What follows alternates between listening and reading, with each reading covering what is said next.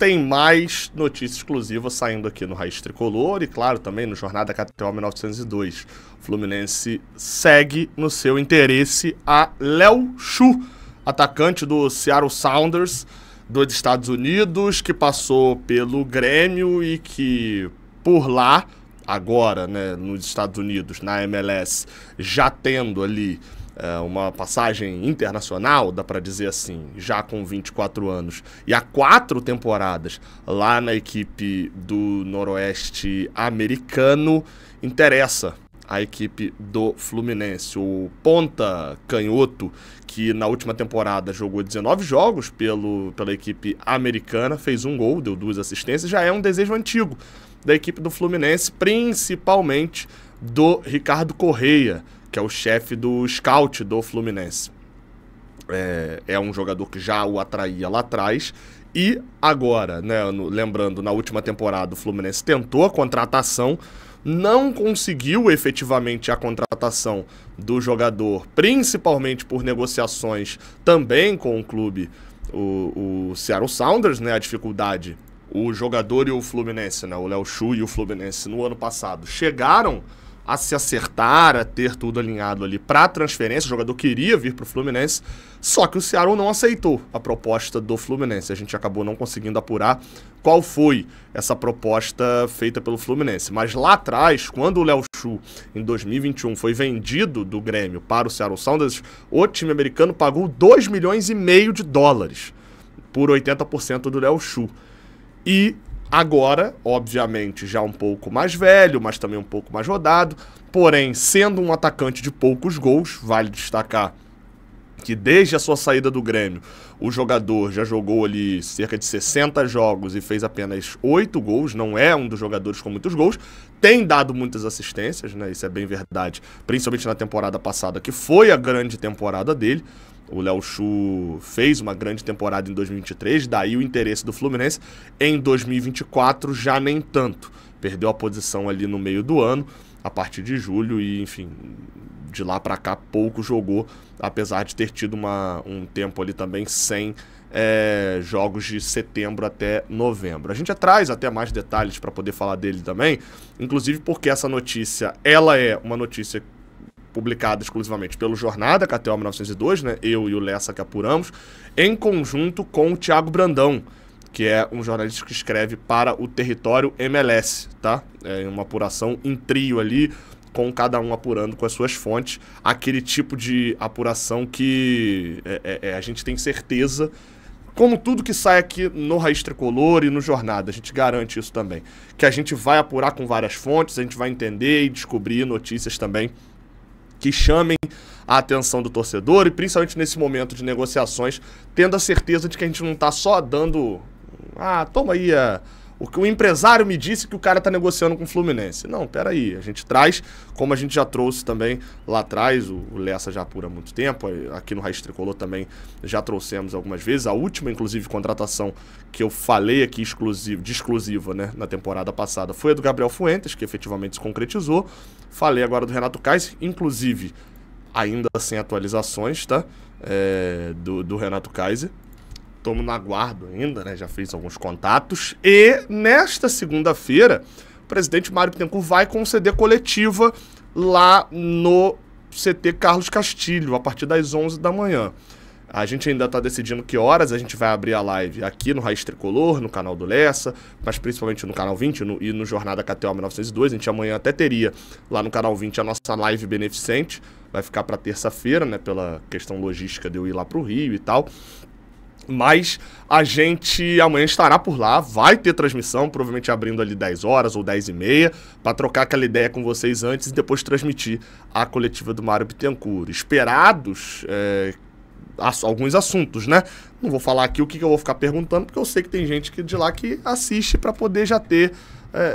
enfim, eu sei como é que funciona o processo, né? Mas assim, esperados assuntos relacionados à temporada. A torcida até agora não ouviu um simples pedido de desculpa. É um simples pedido de desculpa que a torcida precisava ouvir para amenizar a situação. Não ouviu, pelo contrário, o que ouviu até agora é que não houve erro. O planejamento não deu errado, mas erro não houve. É É esperado também perguntas, né, relacionadas a essa temporada, relacionados a Mano Menezes e o comando técnico pro ano que vem, a todos os bastidores de 2024, afinal de contas o Fluminense teve pelo menos 3 grandes casos de problemas que não são comuns de se ver. É o caso da indisciplina dos moleques, o caso da confusão entre o Felipe Melo e o Thiago Silva e o caso entre o Marcelo e o Mano Menezes. Isso acontece direto, Gabriel. Beleza, mas não fica público em clube nenhum e 3 vezes se tornaram no Fluminense nesse ano. O que aconteceu, né? E, claro, também sobre contratações, sobre SAF, tá? O Mário Bittencourt mudou de ideia, porque a última versão dele falando, e não ele vazando para um outro, ele falando, a última versão dele é de que não aceitaria vender controle. Mudou essa história? E o CEO, ele vai aceitar algum cargo? Ele aceitaria algum cargo dentro de uma possível SAF do Fluminense? Também são perguntas que com certeza vão ter sobre SAF e, claro, sobre o Super Mundial. Vai acabar tendo perguntas também sobre isso, além de outros assuntos, né? Afinal de contas, devem ser umas 15 perguntas e dá para perguntar sobre assunto interessante e sobre assunto que só é interessante para meia dúzia também. A gente estará por lá a partir das 11 horas. A gente já vai estar ao vivo desde antes, tá? A partir de... Depois das 11 o Mário começa a falar e aí você sabe como é que é a entrevista, né? Eu vou almoçar lá para as 3 da tarde. Vamos lá, tá? Outra notícia, essa foi trazida pelo pessoal da Itatiaia, tá? O Guilherme Abraão, jornalista lá da Itatiaia, ele trouxe a seguinte informação, de que o Fluminense tem interesse em algumas posições, determinou algumas posições. Eu, recentemente, cheguei a falar aqui sobre uma situação relacionada a que posições o Fluminense precisaria contratar. A matéria do Guilherme Abraão diz aqui que o departamento de futebol tem mapeado alguns nomes. Enfim, o Mano Menezes deve ficar, já indicou também alguns nomes juntamente. E aí a ideia é que, além do Richarlison, né, que é o interesse, um atacante, provavelmente o Renato Kaiser, 2 zagueiros, um lateral para cada lado, também estão na lista de eventuais reforços, e que um primeiro volante também é de interesse da diretoria, mesmo com as chegadas recentes de Vitor Hugo e Facundo Bernal. Me assusta levemente o fato de que a matéria bota o Vitor Hugo na conta, mas vai lá, tá? Acho que é válido para esse início de Carioca dar chance pro Vitor Hugo. Então, pô, Gabriel, mas o moleque já... Meu amigo, se ele for mal no Carioca, já tira logo. Ele não atrapalha a nossa vida mais pra frente, entendeu? Deixa quem joga mal ter sua chance agora no Carioca, pra não atrapalhar minha vida lá na frente. Eu quero saber se esse cara é horroroso mesmo, entendeu? Agora, acho que o primeiro volante, o Mano Menezes não gostou muito de cara do Facundo Bernal. Pode ser que eu veja um pouco como 8. Os laterais, eu não sei, assim, o Guga aparentemente não iria sair, né? Pode ser que ganhe uma proposta. Vindo uma proposta, o Guga é um dos nomes que não tem muita resistência a sair do Fluminense não, porque já falei sobre isso aqui. É novo, relativamente novo, mas tá vendo o tempo passar no banco, né? E quando entrou, justificou receber chance de titular. Na lateral esquerda, o Diogo Barbosa não tem contrato, mas acho muito difícil que não renove.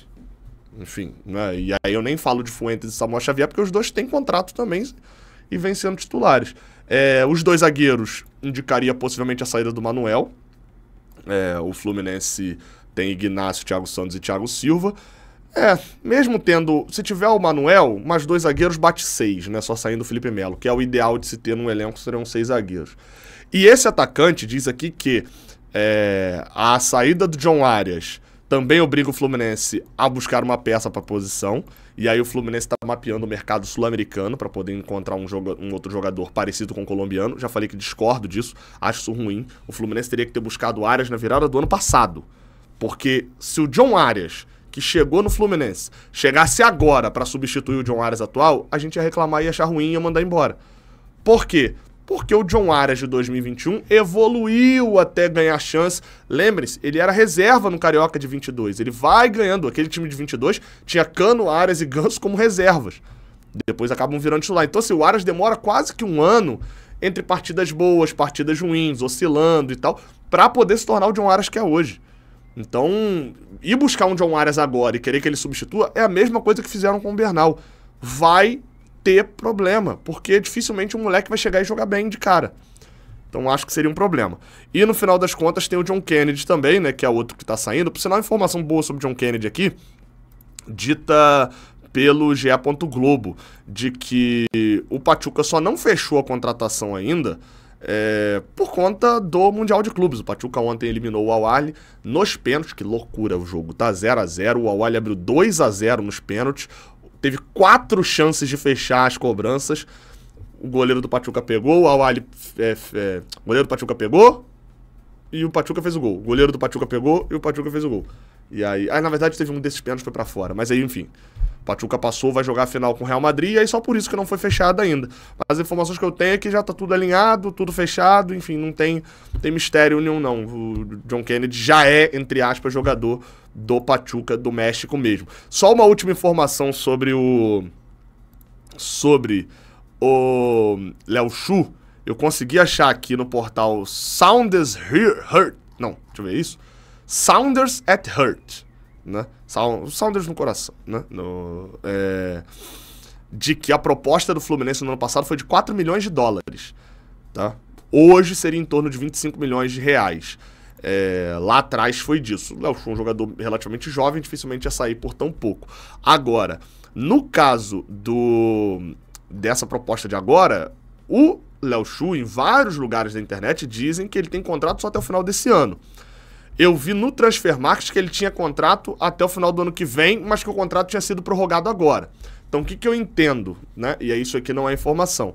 É que o Léo Xu provavelmente tem contrato até o final desse ano, com a possibilidade de estender até o final do ano que vem.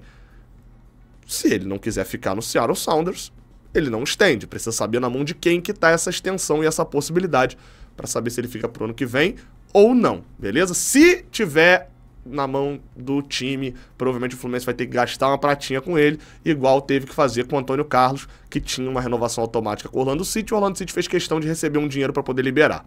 Vamos ver, tá? Como é que vai ser essa negociação ainda.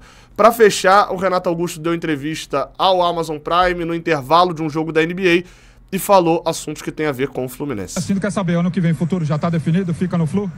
Provavelmente sim. Provavelmente, né, o último ano da carreira e...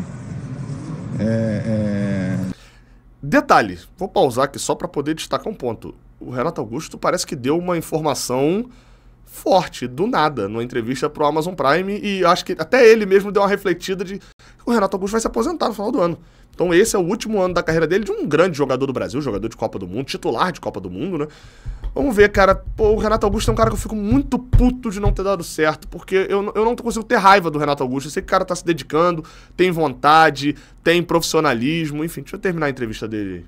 Tentar fechar da melhor maneira possível e terminar a carreira de uma forma legal. É isso. Terminar a carreira de uma forma legal, cara. Esse ano não foi legal, do Renato Augusto. E a tranquilidade que eu tenho é que ele sabe disso. E, obviamente, vai se dedicar muito para que ano que vem seja, e que aquela foto dele sentado no banco, que todo mundo já viu ali com aquela cara de morto, não seja uma realidade para 2024. É um cara que eu respeito, né? Se você me perguntar se eu quero ele no Fluminense, eu vou falar que não, porque eu não gostei do ano dele. Mas não é um cara que tá de sacanagem no Fluminense, é isso que eu quis dizer. Torcer para dar certo, né? Tamo junto, até a próxima. Não esquece de deixar um like aqui embaixo. Valeu!